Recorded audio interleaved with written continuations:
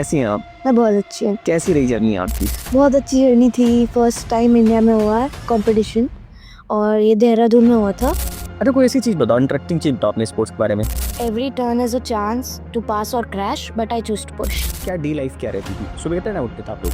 सुबह 6 o'clock हमें rink में जाना होता था। पहले ऑफ आइस होता था, वार्म अप होता था, फिर ऑन आइस हम जाते थे। हेलो दुर्गा जी, शुरू से स्टार्ट करते हैं। कैसी रही आपकी जर्नी? हेलो, मेरा नाम उद्रिका सिंह है फ्रॉम सतना मध्य प्रदेश। मैं रेलो स्कीइंग अकेडमी में ट्रेनिंग करती हूँ। मेरे को मोर देन 12 ईयर्स हो चुके हैं ट्रेनिंग करते हुए और मैं 2.5 साल की थी जब मैंने चालू किया। आपकी Guinness book of world record क्या स्टोरी थी और किस कैटेगरी में था? मेरे total 3 Guinness book of world records है। एक 96 आवर्स वाला था, उसमें लगातार 96 आवर्स तक स्केटिंग करनी थी। 72 आवर्स वाला था और एक 48 आवर्स वाला था। As common question to all, अपने सफलता का श्रेय आप किसे देना चाहेंगे? मैं अपनी सफलता का श्रेय अपने माता पिता को, अपनी बहन पर, अपने कोच को देना चाहूँगी। ये जो बच्चे एशियन गेम्स अभी खेलने जा रहे हैं, तो आपने उनका सपोर्ट कैसे किया? सर, हर एंगल से सपोर्ट हुआ, physically, mentally, emotionally, financially. Sir, जब आपके पास बच्चे आते हैं तो आपको कैसे पता चलता है कि दैट ये पर्टिकुलर बच्चा है जो टीम को लीड करेगा या कैप्टन बनने के लायक है, लीडर बनने के लायक है? व्हाट आर थिंग्स जो आप बच्चों पे चेक करते हैं? देखिए, जब सूरज उगता है तो बताना नहीं पड़ता क्यों उग रहा है, उसकी रोशनी खुद ही बता देती है। हेलो सतना, आप सभी के चरणों में कोटि कोटि प्रणाम, कोटि कोटि प्रणाम। आज मैं आया हूँ सतना के सितारों से मिलने, नन्हे सितारों से मिलने। उद्रिका जी और पहल जी दोनों हमारे सतना की शान है। दोनों ने अभी मेडल जीता है। एक देहरादून पे चैंपियनशिप कंडक्ट की गई थी नेशनल लेवल की, Asian open short tracking trophy 2025। Udrika ji का सिल्वर मेडल है और पहल जी का ब्रॉन्ज मेडल है। Pahal ji 333 metre in division junior E championship पे उन्होंने मेडल जीता है और उद्रिका जी ने 300 वुमेन्स रिले पे चैंपियनशिप जीता है। मैं आप सभी से प्रार्थना करता हूं कि आप सभी उन्हें आशीर्वाद देंगे। ये स्पेशली पॉडकास्ट उनके लिए कंडक्ट किया गया है और आइए हम उनसे मिलते हैं, उनके कोचेस से मिलते हैं, उनकी फैमिली से मिलते हैं और हम इसमें बहुत सारे अलग अलग सेगमेंट्स पे चीजें कवर करेंगे। पहले तो हम प्लेयर्स से मिलेंगे, फिर हम उनके पेरेंट्स से मिलेंगे, फिर हम उनके कोचेस से मिलेंगे और खिलाड़ियों के जीवन में आने वाली समस्याओं को, उनको सरकार से क्या सपोर्ट चाहिए, वो हमसे आपसे क्या उम्मीद लगाते हैं, हम उनको डिस्कस करेंगे। So please watch this episode fully और आप सभी अपना आशीर्वाद नौनिहाल बच्चों के ऊपर बनाएं।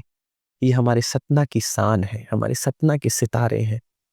मैं चाहता हूं कि उद्रिका और पहल जैसे बच्चे हर घर में हो, हर घर से एक मेडल हो और इस सतना का नाम देश में, प्रदेश में रोशन हो।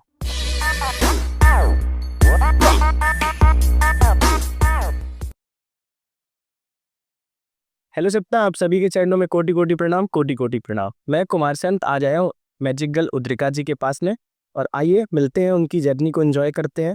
दीदी ने अभी सिल्वर मेडल विन किया था रेस पे। So let's talk to Udrika ji. Hello Durga ji, शुरू से स्टार्ट करते हैं। कैसी रही आपकी जर्नी? हेलो, मेरा नाम उद्रिका सिंह है एंड मैं कोड देना चाहती हूँ। Dreams, we can't bin our dreams from a comfort zone. हमें अपनी कंफर्ट लेवल से आगे जाना पड़ेगा, अपनी लिमिट्स को पुश करना पड़ेगा और हमें कुछ अचीव करना है। तो and I am Udrika Singh from Satna Madhya Pradesh. मैं रेलो स्कीइंग अकेडमी में ट्रेनिंग करती हूँ। मेरे को मोर देन 12 ईयर्स हो चुके हैं ट्रेनिंग करते हुए और मैं 2.5 साल की थी जब मैंने चालू किया। मेरी दीदी विशेषता सिंह, हम लोग स्केटिंग, मतलब मेरी दीदी स्केटिंग करती थी, उसको देख के मैंने ज्वाइन किया और अच्छा लगा ट्रेन करके। कौन सा स्पोर्ट्स है आपका? मैं स्केटिंग करती हूँ। मैं बेसिकली पहले रोलर स्केटिंग करती थी, अभी भी करती हूँ रोलर स्केटिंग, बट मैंने अभी रिसेंटली आइस भी चालू किया है। प्रॉपरली आइस कह सकते हैं आप, 1 साल हुआ है। अभी आपका सिल्वर मेडल भी था आई थिंक। हाँ, Asian open short track trophy हुई थी, उसमें मेरा सिल्वर मेडल आया है विमेंस रिले में 3000 मीटर्स। तो आप एजुकेशन के साथ साथ स्पोर्ट्स मैनेज कर लेते हैं? जी, हो जाता है। बेसिकली हमने एग्जाम्स के पहले पढ़ते हैं, बाकी टाइम तो क्योंकि हमारा सब स्पोर्ट्स में ही जाता है। हम लोग ट्रेनिंग करके आए पूरा 1.5-2 महीने की, तो अभी तो कुछ नहीं हो पा रहा। जैसे वापस आए तो बैक टू स्टडीज हो रहा है। किस कंट्री में शूट था? ये पहली बार इंडिया में हुआ था। पहली बार इंडिया में हो रहा, ऐसा हुआ है कि इंडिया में हुआ है ये चैंपियनशिप। देहरादून में आई थिंक। हाँ, तो कैसा रहा देहरादून का अच्छा सफर? काफ़ी अच्छा था। अच्छा लगा, हाँ, इंजॉयबल था। काफ़ी एन्जॉय। का स्पोर्ट कौन सा है और उसके बारे में कुछ इन्फॉर्मेशन प्लीज। मैं रोलर स्केटिंग करती हूँ और आइस स्केटिंग भी करती हूँ। रोलर स्केटिंग में बेसिकली आपके हमारे पास बूट्स होते हैं और उसमें नीचे व्हील्स लगे होते हैं, और वहीं पे आइस स्केटिंग में बूट्स होते हैं, नीचे ब्लेड्स लगी होती है। ये डिफरेंस है, मेजर डिफरेंस। फ्रंट में जी मेजर डिफरेंस है सबसे बड़ी। किसी को स्टार्ट करना है तो सबसे पहले कैसे स्टार्ट करेगा?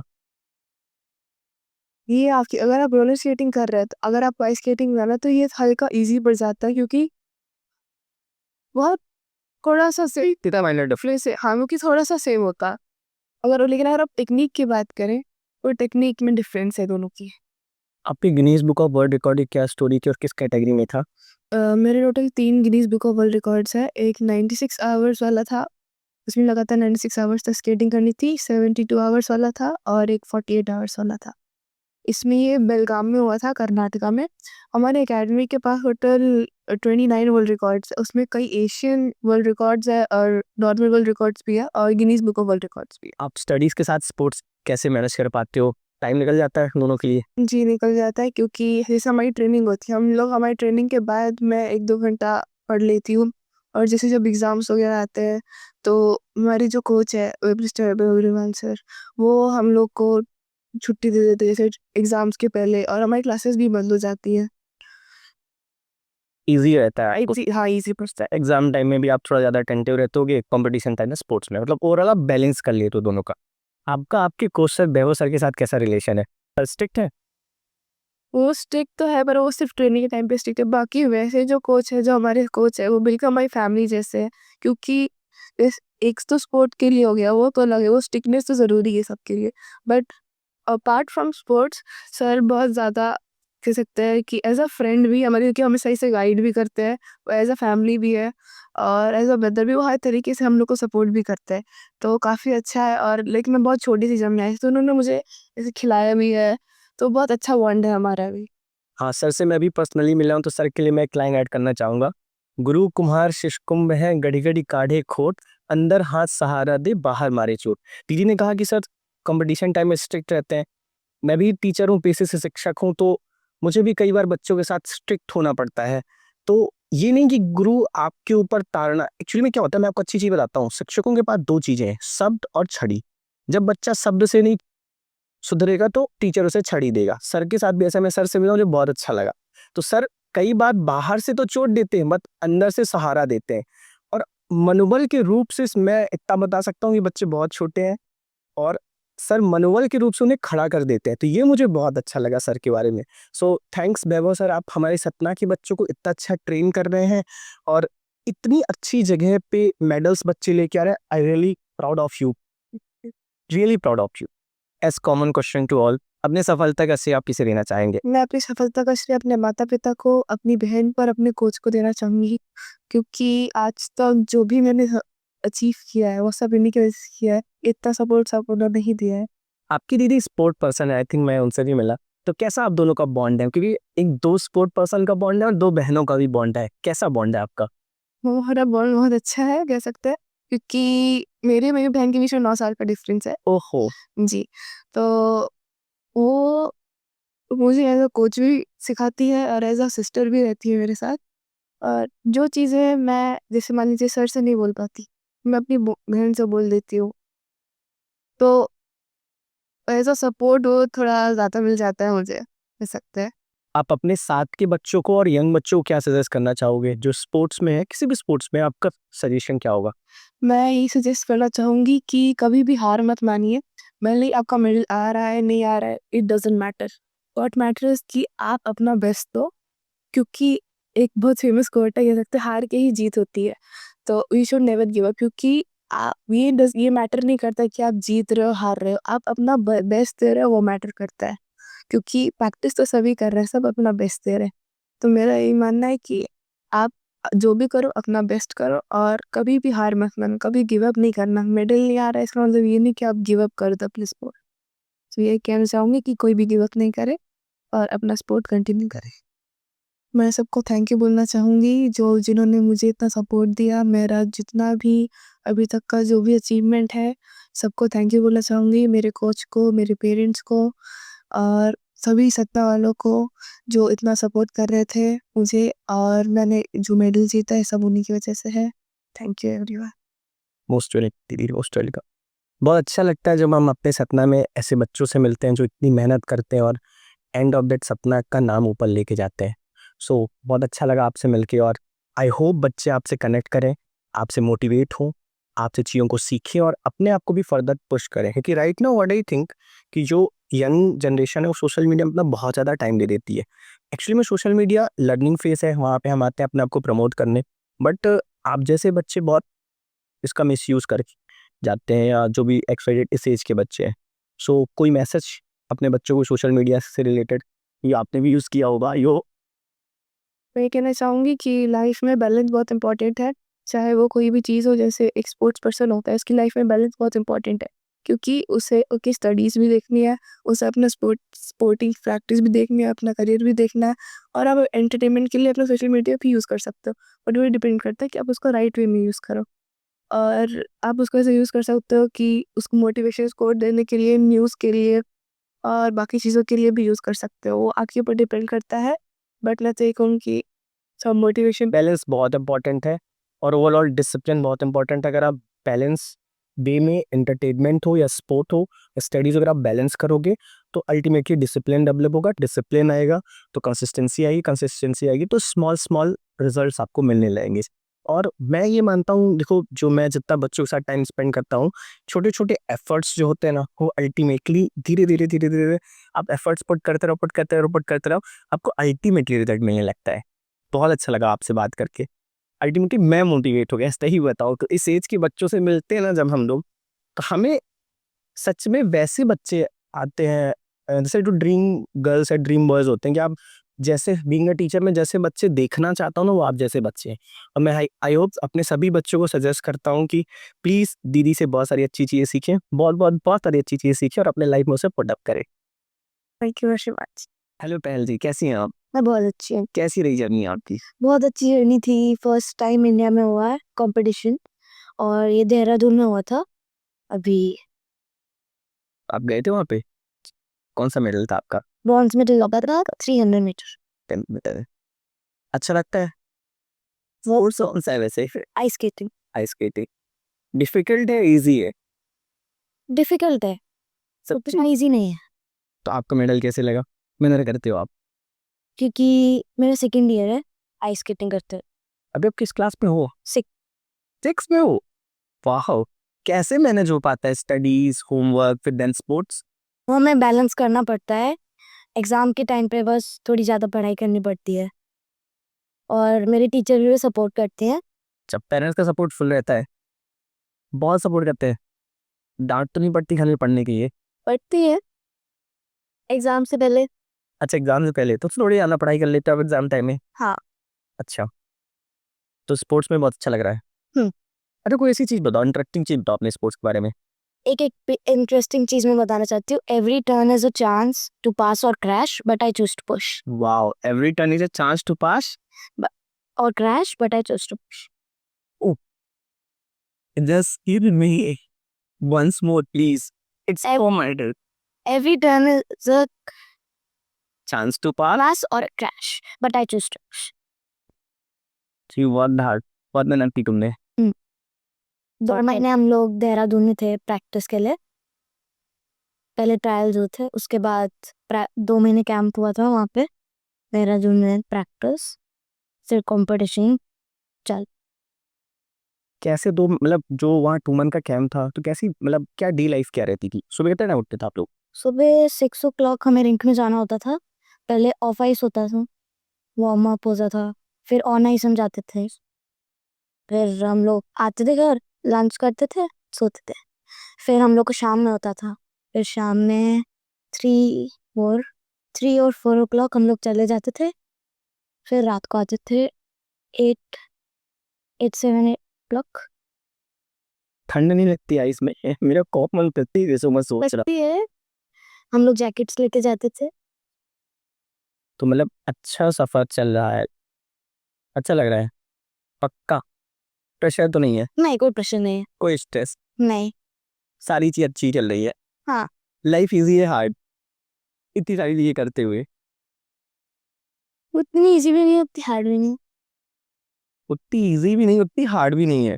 वाह, बैलेंस के कारण हाँ। तब अच्छा बैलेंस स्टैब्लिश कर लेते हो। वो हमें करना पड़ता है। करना पड़ता है। इतनी छोटी एज में सारी चीजें हो कैसे जाती हैं? It's just a simple interest, तो मुझे चीज़ करनी है। वो चीज करनी है तो करनी, जैसा सिंपल। यार हमें सीखना पड़ेगा तुमसे। बहुत सारी इंटरेस्टिंग चीज तुमने बताई, सच में मैं तुमसे मोटिवेट हो रहा हूँ। आपका फेवरेट सब्जेक्ट? हिस्ट्री, मुझे हिस्ट्री बहुत पसंद है क्योंकि हिस्ट्री में पास्ट का एक्सपीरियंस होता है और पास्ट की सारी मिस्टेक्स और सब कुछ होता है। ओरल हिस्ट्री आपको बताती कहाँ पे गलतियां करना है, कहाँ से नहीं करना है। वाह, हेल्प मिलती होगी लाइफ में हिस्ट्री से। थोड़ी बहुत, हाँ। मैं एक और चीज़ बनाना चाहूँगी अपने स्पोर्ट के बारे में। In short track you fall, you rise and you race again hard. मम्मा पापा सपोर्ट करते हैं? हाँ, मेरे कोच वैभव सर, विशिष्टा दीदी और मेरे पेरेंट्स और मेरे ग्रैंड पेरेंट्स मुझे बहुत सपोर्ट करते हैं। अब विशिष्टा दीदी और वैभव सर जैसे किसी के पास कोच हो तो फिर तो आपको भगवान कृष्ण स्वयं मिल गए ना। अपने आप ट्रैक मिल जाएगा। मैं अभी Asian open short track trophy गई थी। वहाँ पे मेरे एज ग्रुप में 3 स्टेजेस होते हैं, quarter finals, semifinals and finals. तो मेरी फर्स्ट रेस थी 500 मीटर्स, वो उतनी अच्छी नहीं है मेरे से। नेक्स्ट रेस में मैंने ज़्यादा अच्छा करा क्योंकि मेरी फैमिली, मेरे कोचेस ने सबने मुझे सपोर्ट करा और नेक्स्ट रेस में फिर मेरा ब्रॉन्ज आया।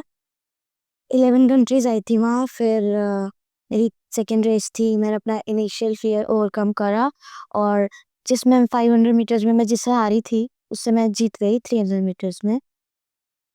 अच्छा यार, जीत के बहुत खुशी हुई होगी।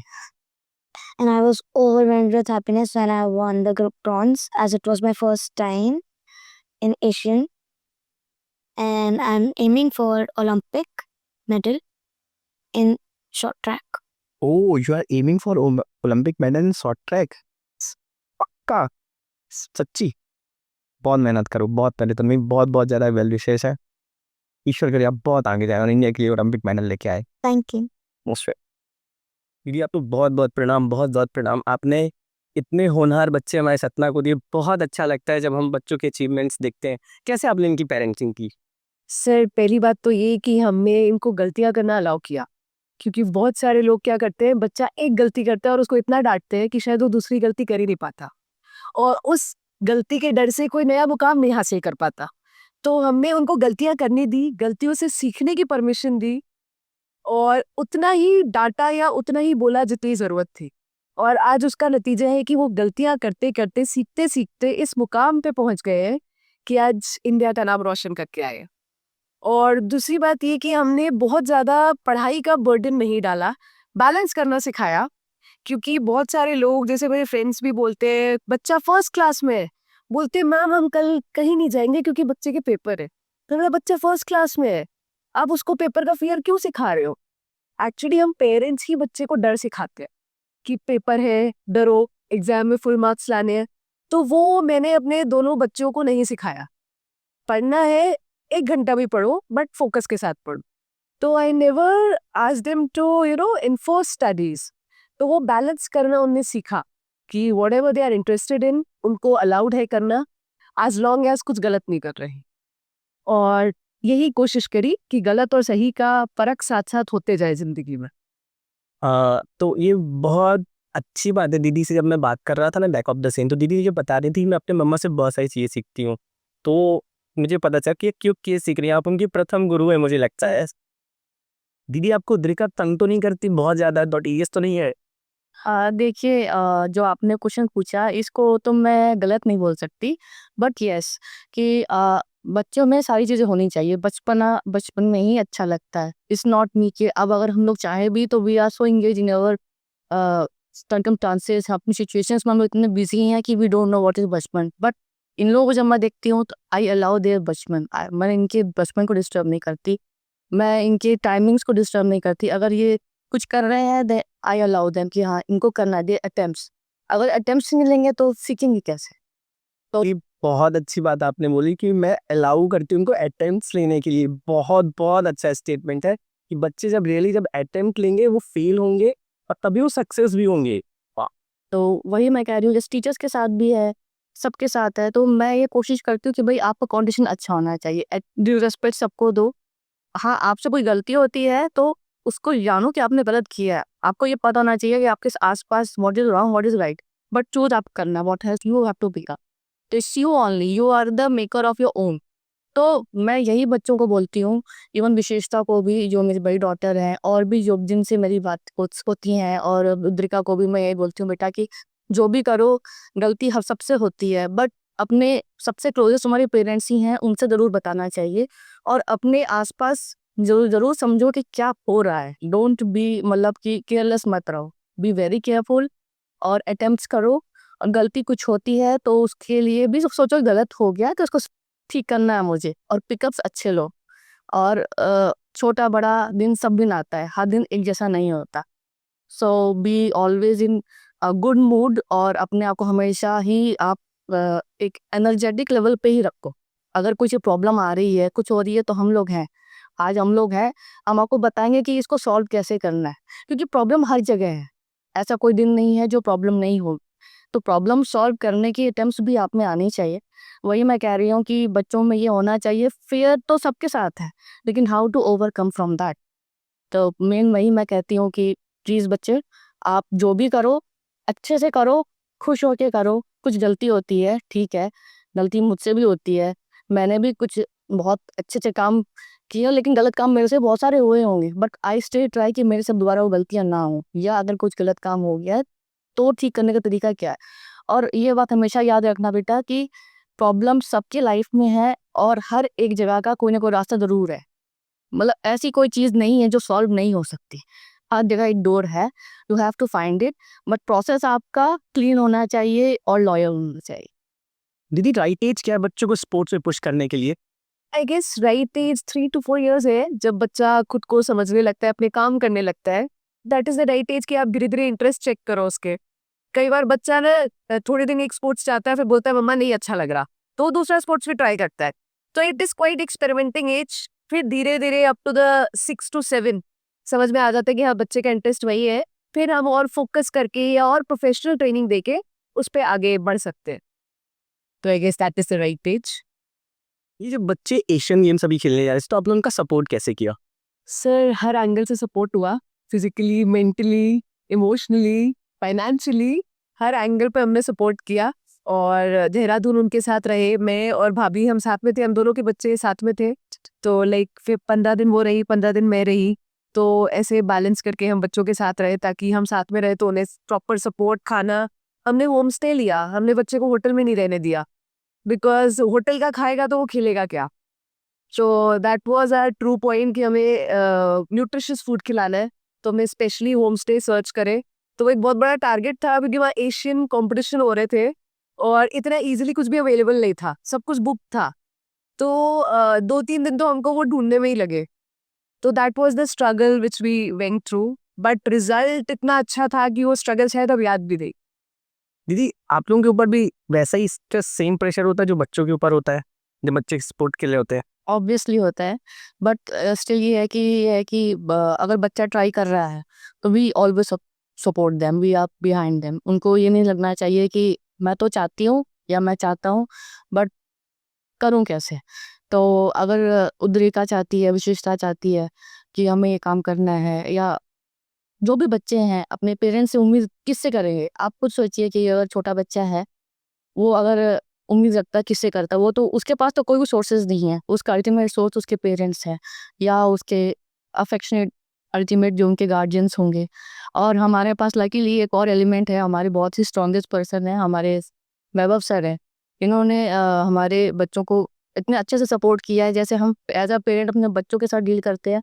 और वैभव अग्रवाल सर कोच जो हैं, वो हमारे बच्चों को भी एज अ पेरेंट के साथ जो उन्होंने फीलिंग दी हुई है, उसके साथ जो उन्होंने अपनी गाइडेंस दी है कि इट्स नॉट कि तुम केवल स्केच करके आ जाओ, बाकी मैं नहीं जानता, ऐसा नहीं है। सर ने उनको बच्चों को ओवरऑल डेवलपमेंट, पर्सनल डेवलपमेंट और भी हमारे आसपास जो चीज़ें हो रही है ना कि you have to be aware, this is right, this is wrong, ये सब उन्होंने बताया। तो ये सब चीज़ें ऐसी, आपका कोच जो है ना वो भी इतना अच्छा होना चाहिए कि आपको लाइफस्टाइल सीखने में भी उतनी अच्छी हेल्दी एनवायरनमेंट मिले।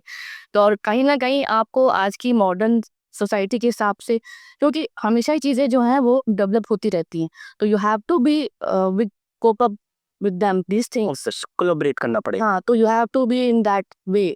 और जब हम लोग आइस स्केटिंग गए तो हमें लगा कि चीज़ें थोड़ी डिफरेंट हैं, but we know the time कि हमें वी न्यू दैट टाइम कि हमें इस समय क्या करना चाहिए, हमें टाइम टेबल मिले, हमें ऐसे शेड्यूल्स करने चाहिए।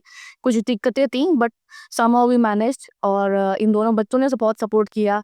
मैं जब जगाती थी तो वो उठ जाते थे और सोते-सोते भी बेचारे रेडी हो जाते थे, "वरना बेटा खा लो, ये कर लो, वो कर लो।" तो उन्होंने कोऑपरेट किया। मेन इनके कोऑपरेशन की वजह से ही तो हम लोग आगे बढ़े हैं।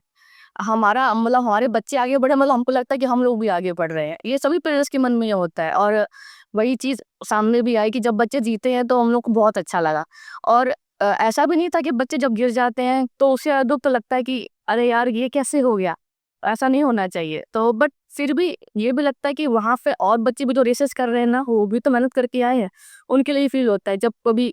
तो ये सब चीज़ें ऐसी नहीं है, स्पोर्ट्स पीरियड्स इतनी अच्छी होती है कि आप सबके लिए अच्छे होते हो। वहाँ का एटमॉस्फेयर बहुत हेल्दी होता है और आपके जो कोचेज़ होते हैं वो भी सब बहुत ही अच्छे तरीके से डील कर रहे हैं आपको। तो एनवायरनमेंट बहुत अच्छा था, स्पोर्ट्स पीरियड बहुत अच्छी थी और आप क्या है कि सबको इतना सपोर्ट करते हैं उस समय, अच्छी-अच्छी चीज़ें बताते हैं और हारने के बाद भी ना लोग एक-दूसरे के साथ राइवल नहीं रखते। वो फिर भी नेक्स्ट रेस होगी ना तो उसी स्पिरिट से वापस सेम लाइनअप होते हैं। सेमीफाइनल्स में भी या कुछ भी चीज़ होती है, एक-दूसरे सपोर्ट करते हैं। यानी मेरा नहीं गया तो तेरा तो निकलना ही चाहिए, तेरा तो निकलना चाहिए। तो ये बहुत अच्छी चीज़ है स्पोर्ट्स में कि आप किसी से दुश्मनी नहीं लेते। स्पेशली हमारे वैभव स्केटिंग अकेडमी में ये बहुत अच्छी स्पिरिट है कि ये टीम बहुत अच्छी है। ये एक-दूसरे को बहुत सपोर्ट करती है और इनके अंदर ये भी क्वालिटी है, ये कहीं बाहर भी जाते हैं, इनके साथ अगर और भी लोग कोलैबोरेट होते हैं, दे ऑलवेज़ वेलकम देम। तो थैंक यू सो मच और Vaibhav skating academy and thank you to my family also because मैं जब यहाँ थी तो मेरे घर में जो भी दिक्कतें थी सबके घर में होती हैं, but somehow everything was taking care that time. सब कुछ अच्छे से हुआ और सब ठीक था क्योंकि अल्टीमेटली इन दोनों ने बहुत अच्छा किया और मैं यही चाहती हूँ कि सबके बच्चे और अच्छा करें, जो भी फील्ड यूज़ करें, जो भी फील्ड उनको मन है, अच्छा चाहते हैं, जो भी अपने मन से चाहते हैं, वो खुल के बताएँ अपने पेरेंट्स से। और कभी भी ऐसा उनको फीलिंग नहीं आनी चाहिए कि हमारे पास सपोर्ट नहीं है।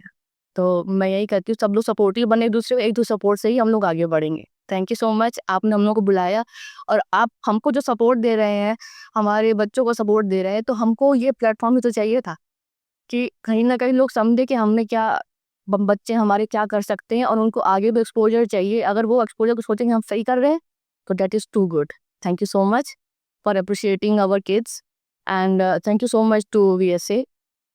दीदी बहुत बहुत प्रणाम, सच सच नमन, आपने बच्चों को बहुत अच्छी पेरेंटिंग की।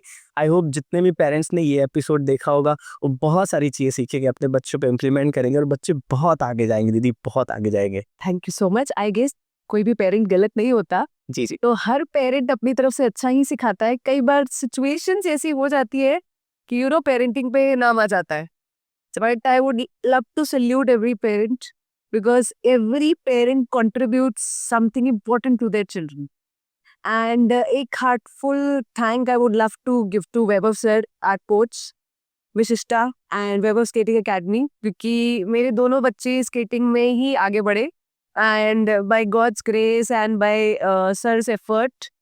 और हर्ष, सचिन, जितने भी बच्चे हैं स्केटिंग एकेडमी में, सबने बहुत हेल्प किया तो इतना आगे स्केटिंग को लेके जा पाए। And thanks to my husband Mohit Mongia because उन्होंने भी बहुत सपोर्ट किया अपने दोनों बच्चों को एंड ही गाइडेड प्रॉपरली कि किस बच्चे को कहाँ क्या जगह क्या सपोर्ट चाहिए and he gave that. And आपका भी बहुत बहुत शुक्रिया सर जी, आपका पॉडकास्ट में लाने के लिए। Thank you so much. Thank you. It was a great pleasure to be here. Same करी सेम। सच में आया हूँ जौहरी के पास में जिन्होंने दो हीरे तरासे हैं, उद्रिका और पहल। सर से जब मैं इनिशियली मिला तो इतना कंफर्टेबल हो गया मैं खुद भी कि मुझे ऐसा लगने लगा कि काश मेरे स्पोर्ट टाइम में मुझे ऐसा कोच मिलना चाहिए था। आइए मैं सर से मिलता हूँ। सर कैसे हैं आप सर? वेल, बहुत ठीक हूँ, बहुत अच्छा हूँ, स्वस्थ हूँ, खुश हूँ और सबसे ज़्यादा प्रफुल्लित हूँ। और प्राउड फील कर रहा हूँ अपने 2 यंग एथलीट्स को इस लेवल पे देख। सर बहुत बहुत धन्यवाद कि आप सतना में ऐसे बच्चे दे रहे हैं जो हमारे सतना का गौरव है। जब बच्चे इन चीज़ों को देखेंगे तो बाकी बच्चों को भी प्रेरणा मिलेगी। सर जब बच्चा आपके पास आता है तो आप उसको इमोशनल सपोर्ट कैसे देते हैं? देखिए जब बच्चा हमारे पास आता है, जब पहली बार आता है, तो वो कोई भी उम्र का हो, चाहे वो 3 साल हो, 3.5 साल हो, 4 साल हो, वो एक ऐसे सराउंडिंग से आता है जहाँ उसको दादा-दादी, मम्मी-पापा और शायद और भी फैमिली के मेंबर्स सपोर्ट कर रहे होते हैं, बहुत सारा प्रेम कर रहे होते हैं।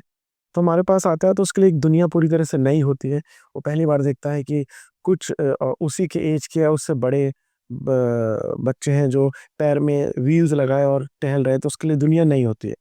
तो हम बस उसके आसपास रहते हैं और उसको ऐसा फील कराते हैं कि ये जो जिस दुनिया से वो आया है, जिस दुनिया मतलब जिस घर से वो आया है, उसकी जो दुनिया है और जिस जगह पे आया है, वो उन दोनों में कंपैरिजन ना करने लगे और उसको सेम लगने लगे। जैसे उसको सेम लगने लगता है, उससे हमारी दोस्ती हो जाती है और बस वो अच्छा फील करने लगता है। दीदी जब बिफोर द कंपटीशन बच्चे बहुत मेहनत करते हैं, आई होप मैं देख रहा हूँ आपके एकेडमी में। अगर किसी बच्चे का मेडल नहीं लगा, वो गेम को लॉस कर गया, फिर आप उसे कैसे सपोर्ट करते हैं? I think us as coaches, we have always worked on the kids mindset.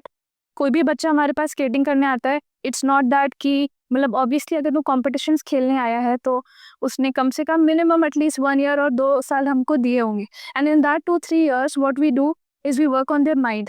क्योंकि कोई भी बच्चा होगा या इवन हम लाइफ के स्टेजेस में जब हम देखते हैं, है ना, हर दिन कहीं फेलियर होता है, some days you will win, some days you will lose. What we work is on their mindset. We give them hope कि ये पहला कंपटीशन है, मे बी किसी का लास्ट कंपटीशन भी हो सकता है, but life doesn't end there. So what we do is we change their mindset and once they have that hope कि कल फिर से सूरज उगेगा, द होल गेम चेंजेस। दीदी मेरा नहीं, ओवरऑल बच्चों का एक मेजर कंसर्न है या टीचर्स का भी मेरा कंसर्न है कि हम सोशल मीडिया के नेगेटिव कॉन्सिक्वेंसेस से कैसे बचें। आप अपने बच्चों को कैसे प्रोटेक्ट करते हैं? आई थिंक प्रोटेक्शन तब आती है व्हेन यू आर डिस्ट्रैक्टेड।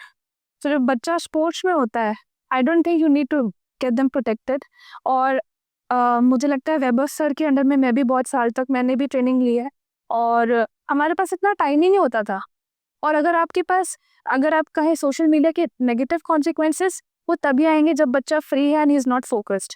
सो जो हमने सर से सीखा है और जो मैं भी देखती हूँ, जितने भी top athletes you will see, they will never have that negative consequence because they are that focused in their game. सुबह उठना है, they have that diet, they have their training। 3 घंटे तो बच्चा प्रैक्टिस ही कर रहा है, उसके बाद आ रहा है, स्कूल जा रहा है, होमवर्क कर रहा है, उसके बाद वापस से ट्रेनिंग में आ रहा है, कई बार चोटें लग रही हैं, उसको ठीक कर रहा है, रिकवरी कर रहा है। Nobody will have that much time to even focus on negative consequences. And when we used to play, मतलब मेरे टाइम पे तो इतना सोशल मीडिया था नहीं, I was not on Instagram also। मुझे लगता है कोविड का शिकार हो गई थी मैं, then I may be installed Instagram.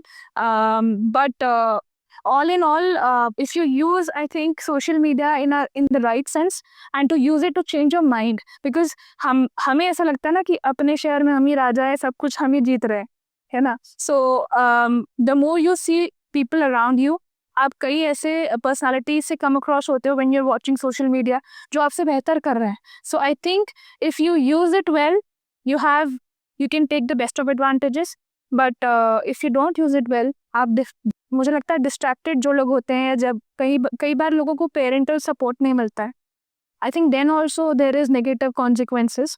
And मुझे सर ने एक चीज़ कही थी जब मैं इनिशियली स्केटिंग स्टार्ट किया था, कि विशेषता अपनी संगत हमेशा सही चुनना। और even my parents also, they have said you need to choose the right people, you need to choose the people who are better than you, so in order to become better। so I have always chosen people जो सही लोग थे, क्योंकि आपको दिखता है सही और गलत क्या है, वहाँ पे आपके पास चॉइस होती है। so when it comes to social media and its consequences, choose the right content। अभी मैं यहाँ पे था तो सर ने मुझे बहुत अच्छी बात कही कि you are a sum of 5% spending the time most.